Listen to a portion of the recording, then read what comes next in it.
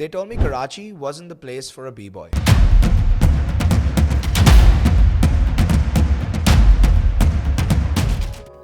They told me parkour was just jumping off the walls for no reason. But here's the truth. The same discipline it takes to land a backflip is the same discipline it takes to close a ₹1,000,000 sale. Hi, I'm Dwayne Lucas, and I've spent my life turning difficulties into done. From the streets to the boardroom, I've realized one thing. If you believe small, you stay small. This show isn't just about my story, it's about yours. We're talking about life, business, and the relentless pursuit of passion. I've seen so many people around me with incredible talent, but they're all paralyzed by the what if. What if I fail? What if people laugh? I've been a trainer, an artist, a salesman, and a strategist. I found my passion in dance, but I realized my power when I realized that being an artist is about loving the grind. I learned sales not because I loved the money, but because I wanted a better life and I refused to let my circumstances define my ceiling. I've helped people change their lives before, and now I want to do it on a global scale, regardless of the haters, regardless of the noise. My philosophy? It's pretty simple, actually. When you focus on the positive, there's nothing you can't achieve. That sounds cliche until you've lived it. In parkour, if you look at the ground, you hit the ground. You have to look at the landing. And in sales, if you focus on rejection, you don't get the deal. You have to focus on the value. I'm here to tell you that your passion isn't a hobby, it's a fuel. I'm here to help you bridge the gap between being a dreamer and being a doer. I might change the world, or I might fail. But the one thing I will never do is live my life wondering what if. If you're ready to stop thinking small and start moving with purpose, then hit the subscribe button. We're going to talk about the things no one else is talking about. How to turn your art into business and your passion into a legacy. This is the first step. Let's get to work.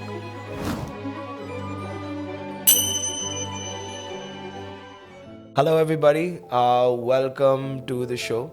Once again, we've not named the show yet because I'm still in the phase of discovery. But ladies and gentlemen, I would like to welcome you guys to the show, and I would like to have you guys tune in, and thank you for tuning in again for a really good episode. This is episode number 2, and today I thought of doing something a little bit special, and that was bringing in somebody who I think has a lot to say in terms of where we've been and the journey we've been on in terms of with the dance community. And it's always good to hear something or hear a perspective from a fresh face to you guys, but not to us, but also from somebody that's relevantly new in the dance community and is doing so much more. Ladies and gentlemen, welcome Shayan. Hello. Hello. Awesome. Okay. Don't stress so much on introducing yourself. I'm gonna have the whole whoever's watching or whoever's even wants to tune in is going to probably know who you are. Mr. Shay. Thank you. Shay. Thank you so much once again for taking our time for doing this with me. I really appreciate it. Thank you for allocating time for me to come in and actually get this done, because I was really excited when you started giving me all the info and everything about the podcast in general, because I saw you just on your first episode like reel, and I was like, okay, he's actually doing something that I would be so down to be a part of. We met, and then you were like, come on, and I was like, perfect. Yeah, because the thing is, you're not gonna be here. You're abroad right now, so I won't get a lot of time with you, and I don't know what time I'll get with you next. But the thing is, I want to pick your brain, and I think the perspective that you can share, being the new generation of, I would say, the hip hop community, or relevantly bringing yourself in. I think in the past 4 or 5 years now.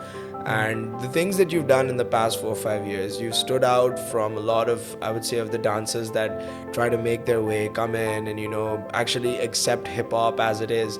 But with what you've done and, the kind of eyes you've caught, the way you've mingled in, I mean, we've been from Anarchy all the way to EXD, we've been the kind of crews that have been going for like a very long time, and it's been very difficult for us to find new talent, or for us to find people who will wear the badge, carry the thing with a little bit of pride. and I think you've done that beautifully for Anarchy. Thank I you. think the way you've stepped in and kind of made all the guys feel kind of proud for the things that you've done has been really good. Competition wise in Pakistan, we don't have a lot to look forward to. It's not always about the titles and the wins and the losses. It's mostly about what a dancer can bring to the table, and I think you've brought a lot to the table in terms of being in Anarchy, and that's really good. It's actually at one point. So my first episode.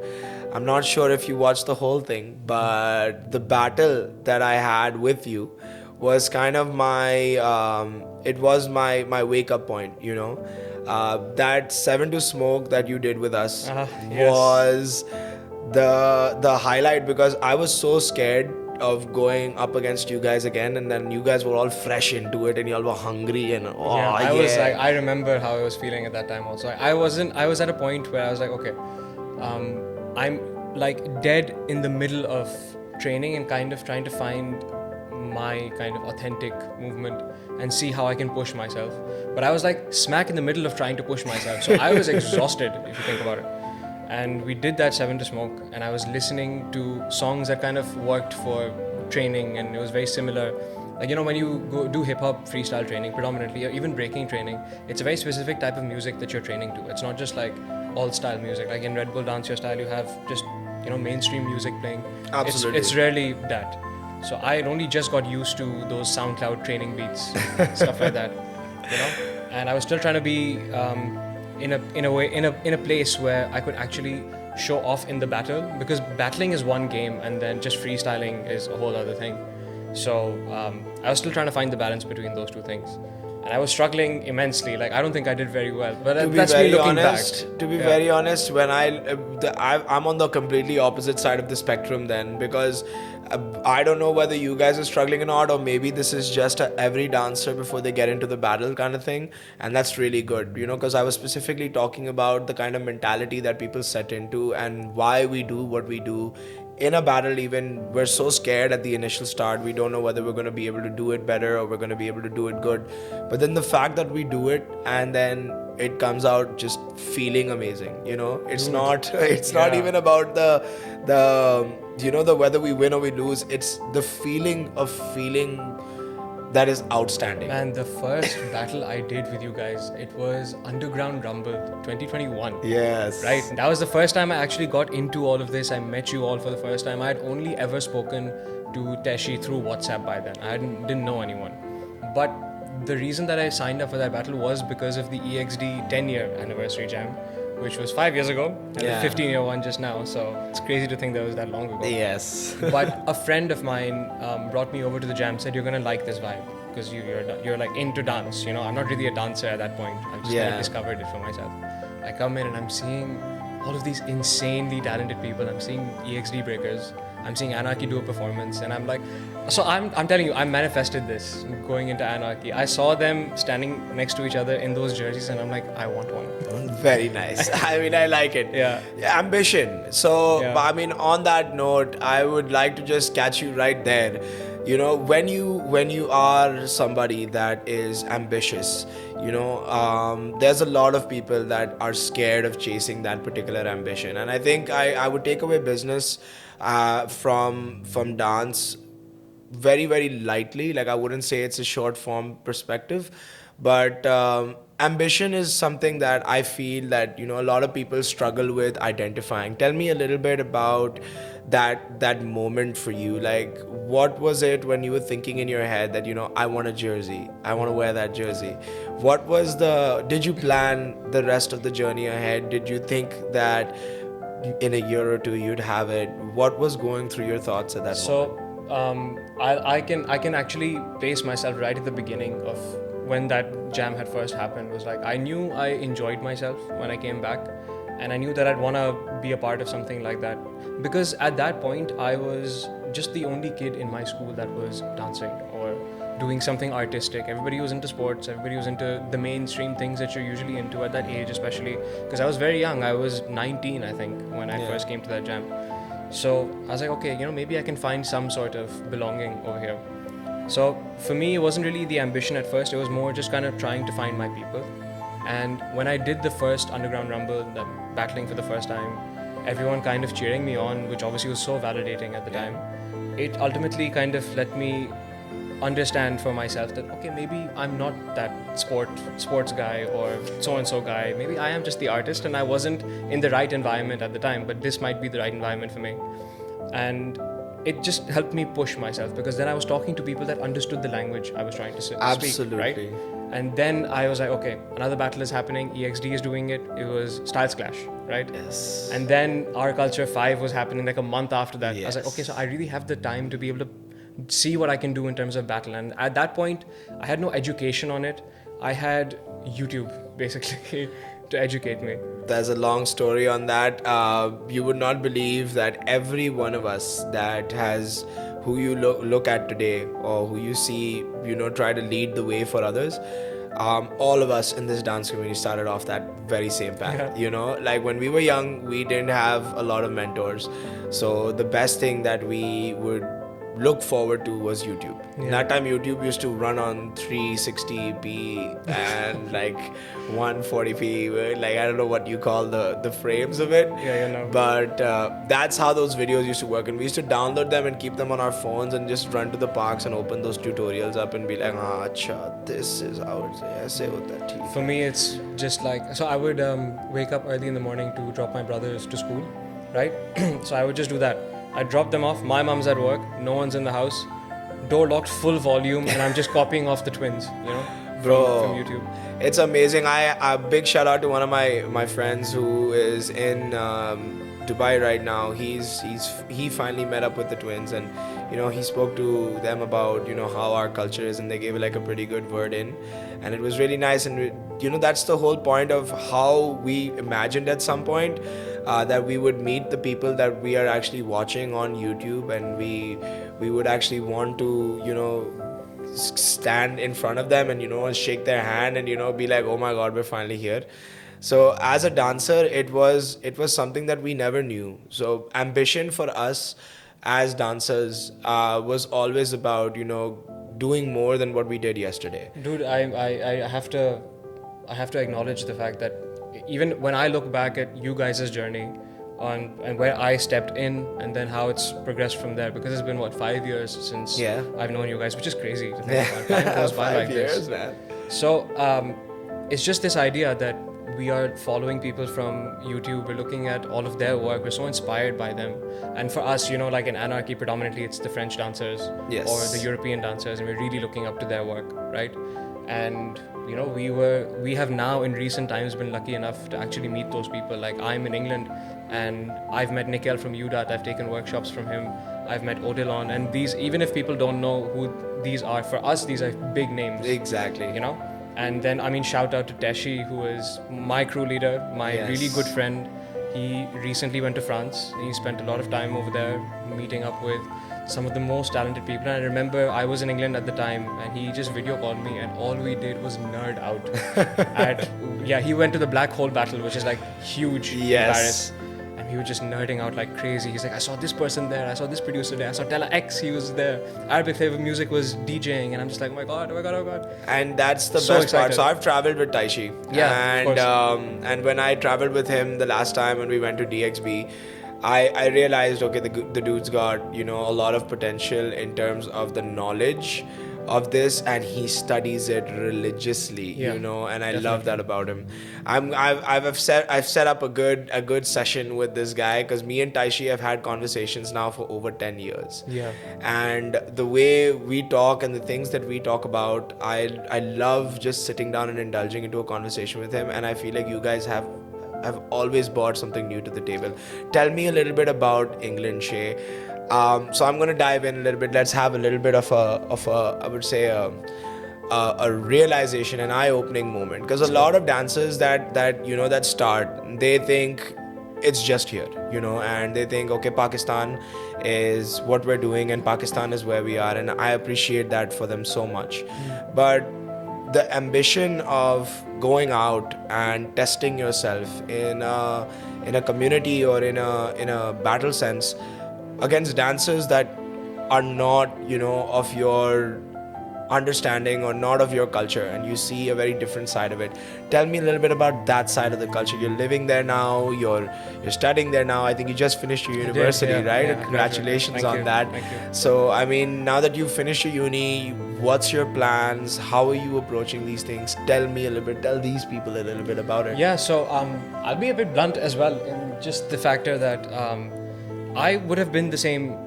I would have been of the same mindset that it's just that bubble of Pakistan where you can be the dancer to the very extent that you can be, which is the people of EXT, people of Anarchy. Is like, okay, that's the limit. If you are like an expert breaker, or if you're an expert freestyler, you can't really go beyond, and you can't really do much more than the occasional jam or the consistency of jams and so on, so and so and so. But honestly, it only happens, that mind-opening feeling or that realization, when you do actually physically go abroad. And I'm lucky because I went for my studies, and that's what got me into England. And even though I'm still living there now, in the beginning, I really had to figure it out. I had to take some time to just stop dancing for a few months, figure out my life first, because the priority was to settle in there and focus on my studies, right? Because I didn't go to study any art. I went to study management. I'm a business graduate, so it's one of those things where you have to put that first, make the plan for that, and then indulge in the passion that you have, or rather find the time for the passion that you have. So I think in my first year, it was really hard because I didn't really go to battles. I didn't really meet any dancers because I was still taking my time to figure all of that stuff out. Nice. And one thing I'm glad about is in that first year, I didn't really blame myself for not doing that. I was still training at home, and that was something I was just used to, because when you're in Pakistan, you are always training at home. Yeah. You're in your room, you'll occasionally film yourself, you'll have music on, you're freestyling. I was watching all your videos while you were putting so them that's on, how we do it. So it doesn't really matter where I am, what country I'm in, that's happening. Absolutely. Either way, yeah, the inconsistency broke a little bit, but then again, new environment, new people, still trying to get to know it. A lot more to figure out. Yeah. And then I think I went to one battle, which was like a very small underground thing happening at Imperial College, which is a big college in central London. And there are many unis and colleges that have the studio spaces to do like small jams and stuff, which is a big thing, by the way. Yeah, a jam is happening like every 5 days or something. It's awesome. non-stop. Yeah. So I went there because I knew of some people that I was like, okay, I've seen these guys online and they're judging, I'll go check it out and everything. I did that. I went there, and I'm telling you, 10 minutes in, I was so immediately humbled by the bare minimum of level of freestyle that was happening over there in hip hop and breaking. And I was just like, oh my god, like I'm nothing. I went and gave in a prelim, the most embarrassing prelim ever, because I was just like, I can't place myself in front of these people right now. I'm just not on that level. Like, they are on surface level to them, and I am way beneath that right now. I had that very blunt and raw, humbling experience. And this is how you know that something is a passion of yours and you love it regardless. Is like, even despite feeling that, I was like, okay, this is exciting though. So now I have a goal to be something reaching. to look up to, something to compete with. Exactly. That's the best part about it. And I never thought I'd have that feeling, I never thought I'd have enough love for something or discipline for something that would allow me to feel like that, when it's literally shot me down in an environment that I thought I'd be, quote unquote, like comfortable in. Because in Pakistan, by then I know everybody, I know how everyone dances, and I'm that guy in the crew who dances hip hop, Yeah. But over there, I'm just another dancer, But I'll be very honest, I think that's the kind of mentality that I wanted to bring you on this show for, because that is the kind of mentality I'm looking to explain to everybody else. So you just said that you're a business graduate. Similarly, man, I mean, now you're a graduate, so you can give this advice now, like, wholeheartedly, and thank you so much for being here to do that. But tell me, how much of that mentality does it apply to a professional life, and what do you think? I'm really excited to talk about this because, man, I cannot. So this was the deal when I moved abroad with my parents, because they are, and this is a great shout out to my parents, because they're very supportive of me being the kind of artist I want to be, because they're very creative people as well. And the deal with my dad was, do a degree with the whole, having safe options in the future, and you do whatever you want in terms of your art, in terms of dance. Do it on the side in the beginning and see how you can make time for it, but I'm not going to stop you. Okay, you do the degree for me, and then after that you do whatever you want. And I was like, fair enough. And it was such a blessing in disguise because I kept incorporating things I was doing in business with my dance environments that I was, taking part in. Very And nice. a really good example is, I did a marketing presentation in like my second year of, is my second year of uni, yeah. We basically had to talk about how a particular business has marketed themselves in an event or etc. Red Bull BC1 had just happened in Pakistan. I was there. I just did a presentation on Red Bull BC1 and I told them that I was there. My friends were a part of it. One of my friends won, and EXD, Anarchy, etc., etc. I went off on it, and I got like an award for the presentation. Wow. As well. But yeah, then that was the realization I had, was like, okay, this is a business environment. I'm doing a marketing presentation, and I'm talking about dance. Yeah. So that was the best feeling, honestly. And from there, it kind of pushed forward into me incorporating that mindset into just more things. And by my third year, just before I graduated, I had my mom come by for the graduation, and I had a heart-to-heart with her, and we were talking about how in third year of uni, and you guys know this, I'm wearing the jacket right now. I was a teacher at the dance society in my uni. Yeah. I was the choreographer for Intermediate Hip Hop. Wow. Yeah, and me, myself, and 3 other people who were in hip hop. So shout out to Kingston, because we did a fantastic job that year. I was very proud of everybody, including myself, because I really had to push myself. But I was doing that. I was doing a part-time job to pay rent and all that. And I was studying in my final year for uni. And then I graduated. Man. Look at you go, and that man. only came in because I kind of had to tell myself at like halfway into my academic years in uni that if I don't push now, then I don't know what's going to happen after I graduate, because this is the time for me to make sure I know the things I like are things I have to do. Yeah. And if I don't make time for them now, which is, I think uni is the best time to manage yourself in the best way possible. If that makes sense. Absolutely. Because Absolutely. you have to essentially live on your own and do everything yourself. But that's such a blessing because you can do it to your best extent. It's not according to somebody else's schedule, Absolutely. So I really took advantage of that. And as I graduated, I was like, okay, this is the time where I'm going to really grind on the dance stuff, on the fact that I have a degree which will now back me up because I've been incorporating dance stuff with it. And that's actually why I'm here now, to visit. It's like, this is not just a visit at a random time of the year, because we're doing a jam, which is coming up as well. Yeah. And that was also inspired by this idea that I feel like after EXD and Anarchy has said this collectively, that I was the last member. They weren't taking in any members. Absolutely. And they made an exception for me. And I take that to heart in the best way, It's not something that you can just take lightly and forget about. For me, it's like, okay, because it you means I have become something. part of something, and it was something that you were, like you just said, when you walked in, you looked at it and you were like, I want one of those jerseys. And when you finally achieve that, and when you finally work towards that, is what the main purpose is. A lot of people that I personally know, and I've seen these people crumble with the ideology of, what, if we're not going to get there, let's just quit and do something else. And I understand the mentality of people saying, okay, if one thing's not working out, move to the next. And I don't disagree with that, but some things that help, I would say, anybody, is like a passion towards something.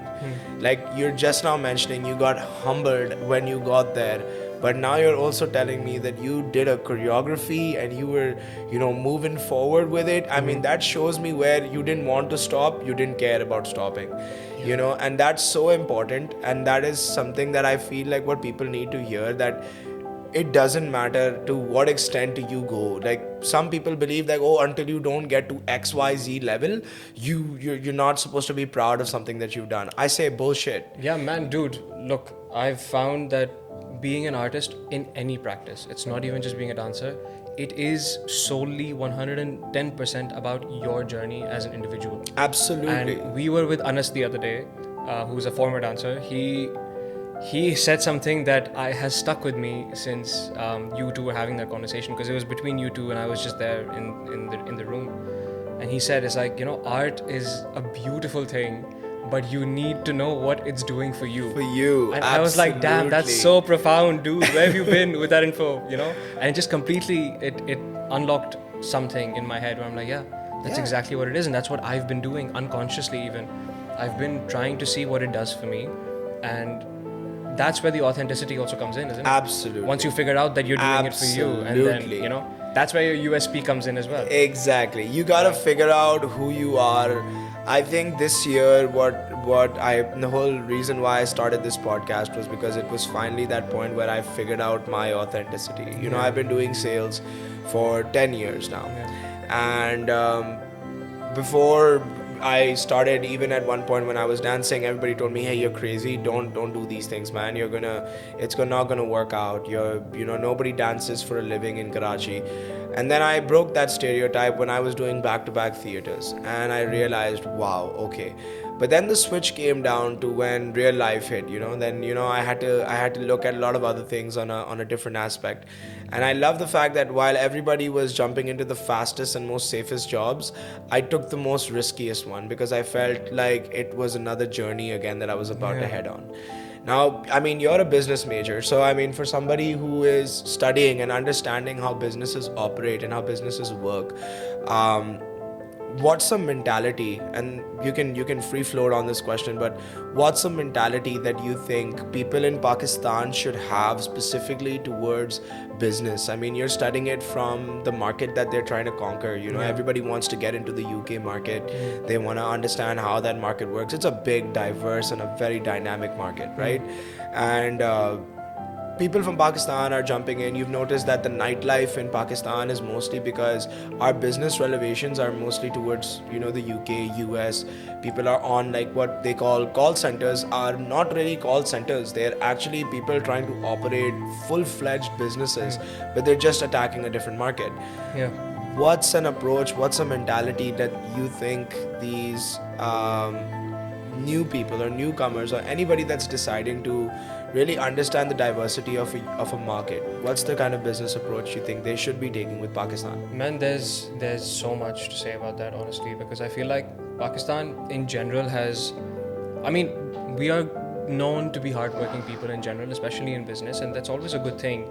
But when it comes to actually working with people abroad, or even just in a positive way, comparing yourself to the way the culture is abroad, it's something where you have to really, I think the UK and other European countries and all have also, weirdly enough, found a sense of authenticity of how they work. Yeah. And in London, the one really common thing I've noticed is, let's say in a corporate environment also, you have so many people who are putting in so many hours and they are receiving some sort of benefit from it, whether it's financial or whether it's time away from the job or whether it's a work-life balance.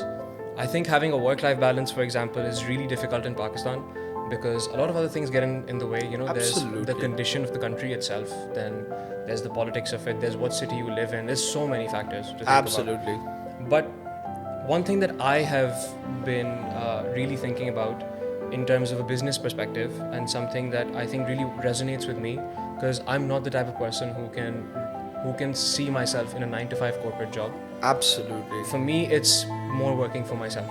And Here we go, man. again, going back to this event that we're doing on Saturday at Battle Grove, it's not just me doing an event for the new generation of dancers, to do a battle for them, to inspire them. It's on a more personal note, it's for me to practice my ability to manage an event. Very nice. I'm organizing it with people that I know from my contacts here in Pakistan. I've got friends who said, okay, we're doing this thing, we can help you out with so and so, and then I got people together accordingly.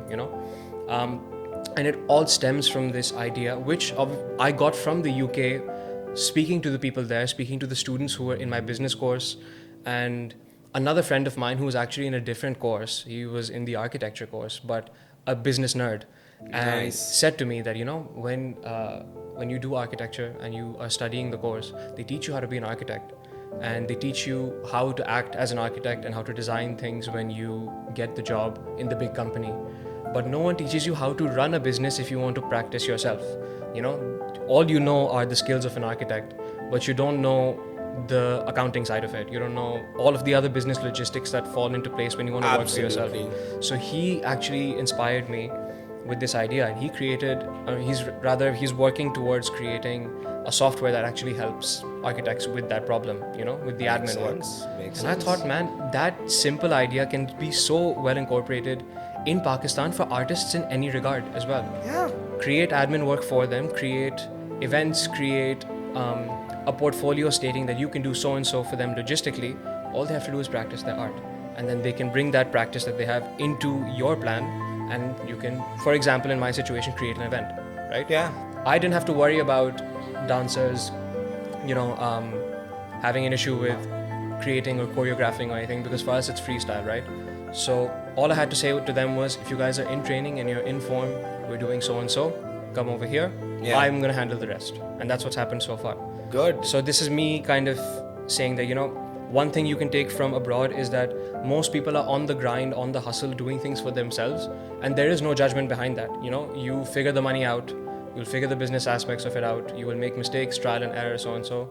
I think that can be a bit more flexible over here in our country. I feel like there's a lot of judgment in that regard. I would not disagree with you. The fact that a lot of people out here, I think the scarcity of what people kind of look at in terms of a business, like the judgmental factor, I think for a lot of the guys who are kind of like moving in a different direction. And I think mostly this is for like people who believe that an artist's life is just supposed to be a grinded life. Like, you're supposed to live that poor person life if you're an artist.